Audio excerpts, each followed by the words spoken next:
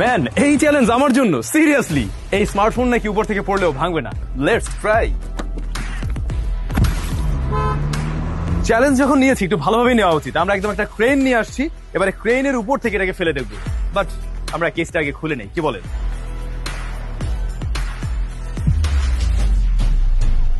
Okay fine, আমরা প্রথমে এইটুকু উপর থেকে ফেলবো, দেন আরো উপর থেকে ফেলা যায়। 1 2 and 3। নামান আমাকে, নামান, দেখি কি অবস্থা। একটা ক্যামেরা একটু সামনে নিয়ে আসো।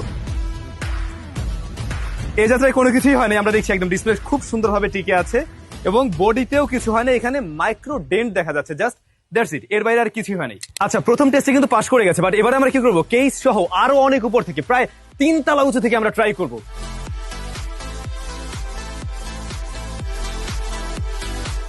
1 2 and 3। কি জানি কি অবস্থা, কি হয়েছে এই ফোনের।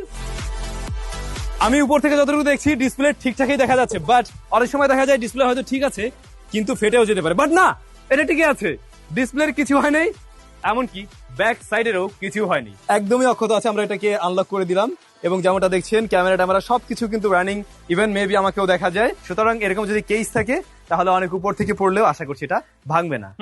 অবশ্যই প্রো চ্যালেঞ্জ এসে পাস করতে পারছে।